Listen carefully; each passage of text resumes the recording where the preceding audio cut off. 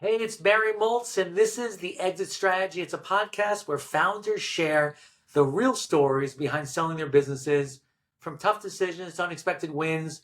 We dive into what it really takes to walk away and what comes next. I say it's the good, the bad, the buyout. Today, episode 4. What do you do when you enter the business to help your parents sell their business? My guest today is Michelle Pippin, who's the founder and CEO of Women Who Wow, an online community and coaching platform for ambitious women. Michelle, welcome to the podcast. Thank you so much for having me. As soon as I saw you were starting this new podcast, I was excited because we might sell multiple homes in our lifetime, but most people only sell one business if they ever do that. I'm grateful that you're doing it. Appreciate that. So tell us about your family business and then your subsequent involvement in it. I will tell you. It's a super proud story. So, around 27 years ago, my dad and mom started this side business doing basically like framing or roofing. Or my dad was not a licensed general contractor at the time. He literally would he'd get a job and he'd use that money to buy a tool because he was working full time elsewhere. And so over time, they just talk about like guerrilla warfare kind of marketing. They just grew it to where it was a multi-million dollar per year general contracting firm. My dad became a licensed general contractor. All throughout those earliest years, all the way to the day that we sold it, I was very involved helping them market everything from delivering donuts to referral sources to creating like PowerPoints when he was bidding on a commercial job to, helping them with the messaging and the marketing. And so I've always been a huge part of it. And do you want me to tell you why we sold? Yeah, tell us Because at what point your parents had this business for a long time, you were involved. At what point did you decide, hey, we really should sell this business? Yeah, so it was a pretty finite point. So we were running along. It was a high profit business, and it was just a lot of cash flow and high profit at the end of the day. And so they could have continued to run this for a long time, but in May of 2022, we lost my brother, and so my only sibling, their only son, in a sudden he was lost in a motorcycle accident, and so that changes everyone and everything. And at a certain point, number one, I knew I have my own business. I did not want to run a construction company. I didn't want that to be my future. My brother was no longer an option to take that over. And so somewhere along that line, right around the year mark after losing my brother, my parents, they didn't have a mental breakdown or anything, but they did hit an emotional wall where it was like, you know what, like we're okay. They've done well financially, and we just can't move forward with it anymore. And so I said, okay, I'll come in. I'll run the company until we sell it. And it just seemed like the right decision to be made at that time. And we're all happy with it now. Why did you have to run the company till we sell it? Why didn't you just sell it at that point? Well, I mean, someone had to keep the doors open, right? So if Mhm. my mom was going to she had to really fully step out. And my dad was still, they were very much absentee owners. Largely, they had a really good thing going, but they still had to have somebody in there just making sure that the bills were paid, the taxes were paid, making sure that we had something to sell, essentially, right? Once we list it, we've got to still, I mean, we listed, I think in maybe August of 2023. We didn't close until June of 2025. So we Wow. had to have, yeah, we had to keep the doors open so that we would have a profitable business to sell. We had to keep the profit coming in. So this was a long time for when you say you listed it. Do you mean like you put it on Biz by Sell or Business for Sale or someplace? What did the business broker, would they list it? I'm not sure where they listed it. It was, they gave me the list once upon a time. But that in August of 2023 is when I think we chose the broker, and maybe September is when it was listed. And we didn't get a lot of movement at all. We had a few bites, but they weren't really serious. And so the only real serious buyer we had is the one who actually came through and bought it. So give us an idea of how large this business was. It was doing 1 million in sales, 5 million, 10 million. How big was this business? Yeah, so we were right around the 2.8, 3.1 million a year. Hmm. And with high profit margins. And then I think we sold for too little. It was not what I wanted to ask for. But they did get a multi-million dollar payout. So, that was good for them. And yeah, so we had a very lean, mean machine. We did great revenue, great profit. We had my nephew, who was the general contractor in the field. We had my daughter, who did the bookkeeping. We had a project coordinator. And then I kind of like smoothed everything out. So, and then we had a lot of, subcontracting crews that my dad had worked with for, 20 plus years. And so it was a very, for construction companies, it was a pretty simple, very, very lean, very effective company. We could do a whole interview just on the family business part, but that's not what this show That's is right. really about. So you say that you wish you sold for more, but the business was on the market for a long time. So I'm not Yeah. sure you really had a pick of who you're going to sell to. Who was ultimately the buyer? What kind of So person were they? yes, it was a young guy. He was 32 years old. He had just closed on a roofing company about 4 hours from the construction company that he bought from us. And it was very, so his vision, he works with, I think is an MBA, and he works with a professor who their vision is to kind of buy a lot of different companies with positive cash flow, and then he'll just put them into a conglomerate, I assume, to sell one day. But he has big eyes and a big vision. And he specifically was out there looking for something in the trades that had a good amount of profit every year. And so how did you end up valuing the business? Was it a multiple of cash flow? Yeah, it was a multiple of cash flow, and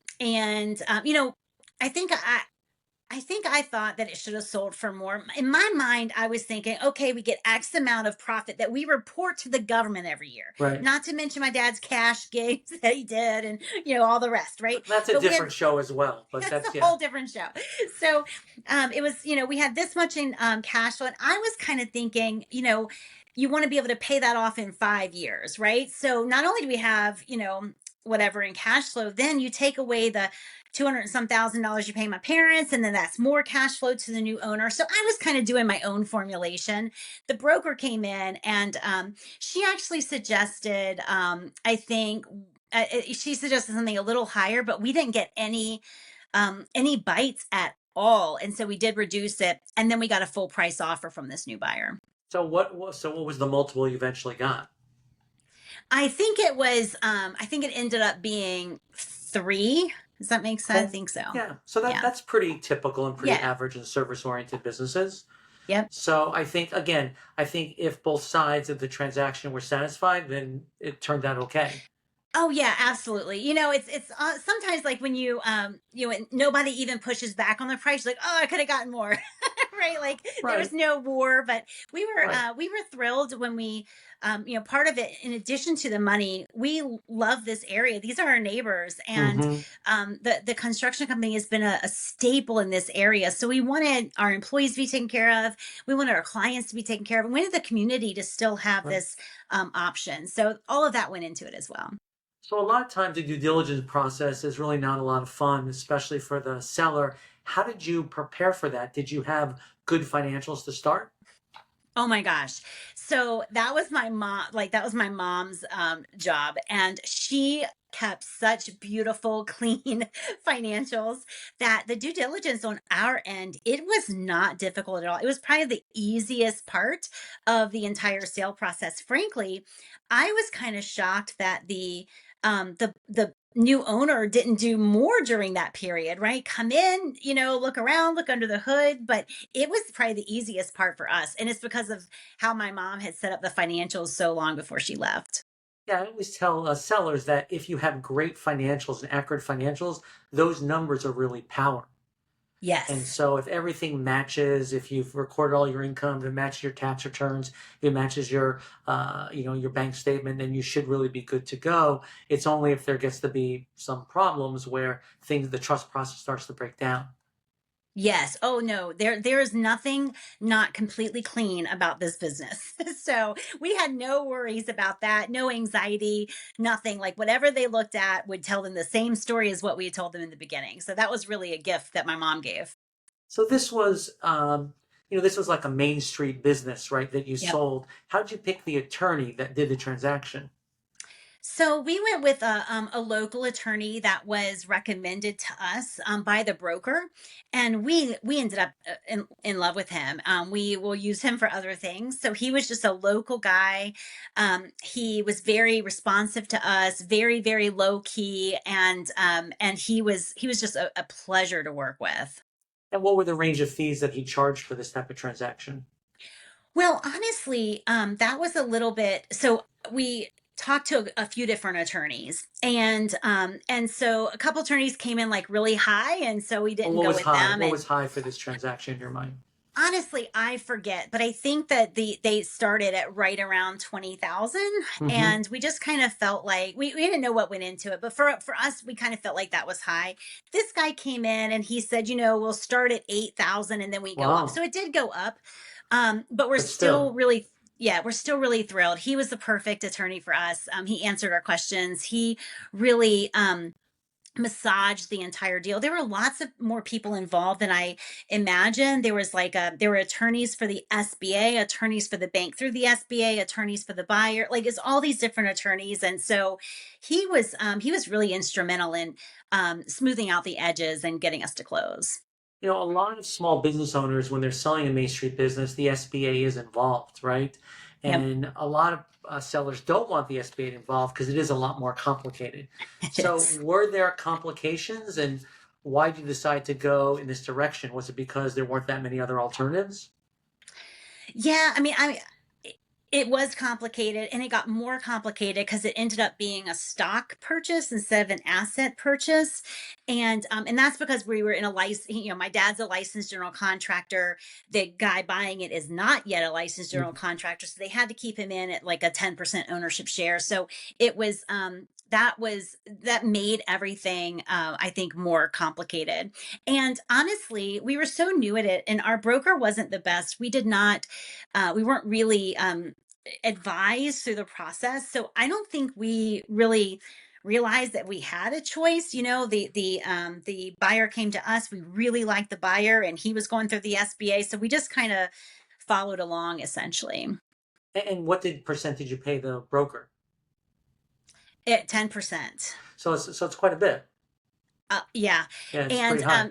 I negotiated that because at the beginning she said 12%, Wow. and I knew that I would have to be just for my own personality. Like I wrote the description of the business, which is what the buyer said, roped him in. Like I wrote all of We don't like that. to I was roped. We don't want to say roped Michelle. He got interested in. It inspired That's him, right. right?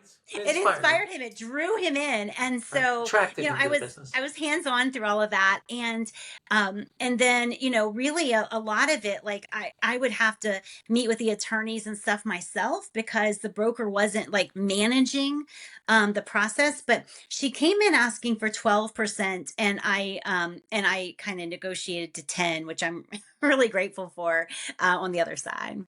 And so your parents owned 100% of the business. Oh yeah. Yes. And so how was this selling the business for your parents? Did you feel like, God, I got a big responsibility here, right? Because I want to make sure, they have a good retirement and things like that.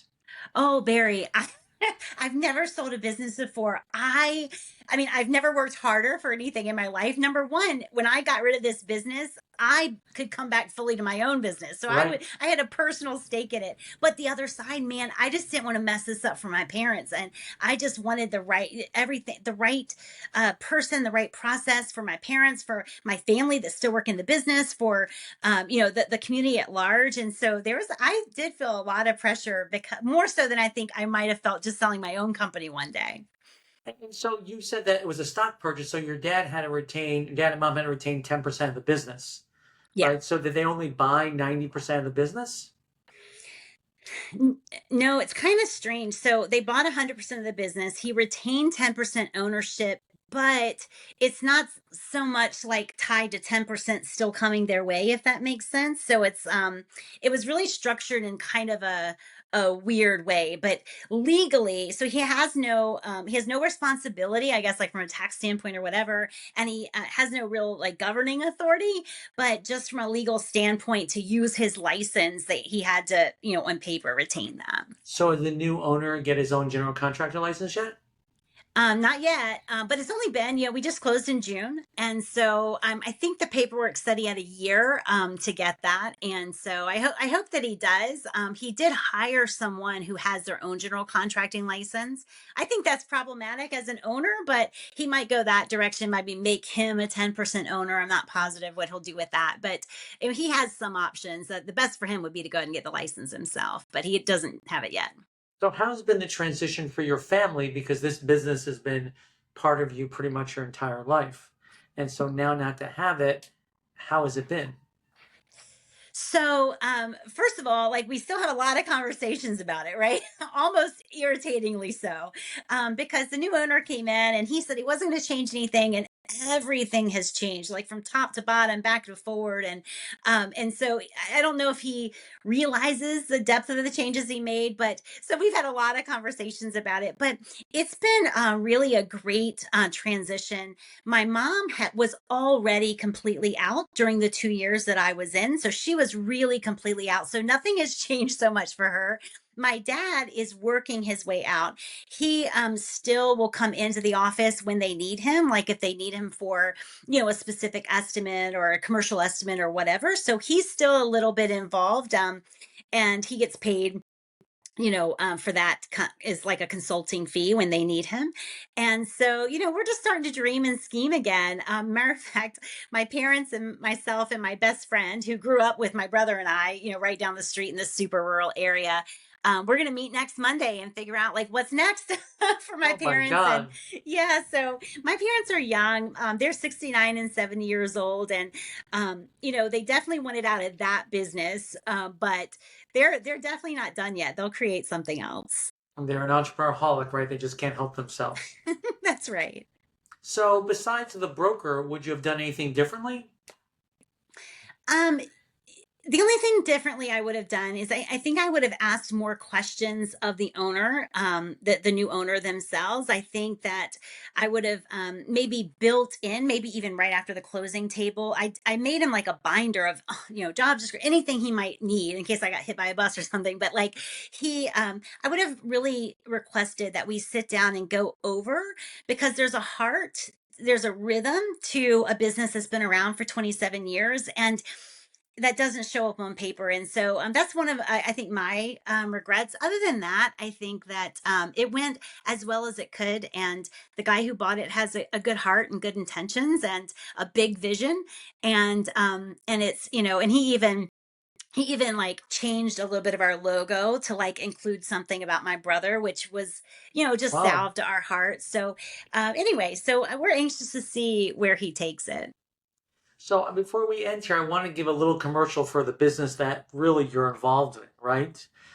So, tell us a little about Wow.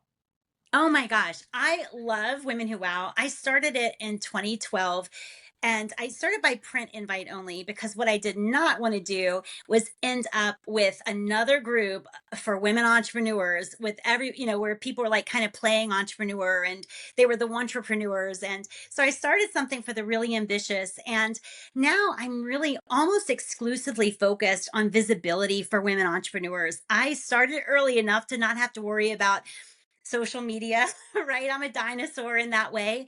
But I've grown my business by, the more traditional media. So everything from, real media, but also, industry association, newsletters, paid newsletters. And I get to show up in a category of one. And so now people refer to WOW as like the visibility gym. And we do a new visibility code every week and every month that keeps women.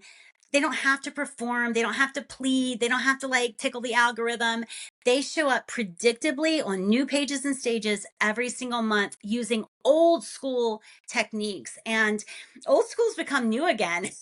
So I'm in love with it. And I love the women that I work with. And I love, I feel like there was a part of me that watched for years women kind of, trying to please the algorithm and trying and fighting for attention. And there's no power there, there's no empowerment there. And my thing is, entrepreneurship is just a vehicle for women's empowerment in my mind. And so seeing them like degrade themselves fighting for attention in a noisy marketplace very I was irritated. So I Right. created these visibility codes and I went all in on it. And it has been absolutely amazing. And so, women who want to join this, that are listening to this podcast, how do they get in touch with you? Yeah, you know what? You can come and visit me actually at bmichellepippin.com/featured. And it'll get you like my get featured list, as well as put you in touch with my Google documents, because I have a media empire of my own. I write about women entrepreneurs for about 32 different outlets, and it'll also get you information about women who wow. So bmichellepippin.com/featured, and that'll be a great place to start with me. Michelle, thanks so much for joining us. Thank you for having me.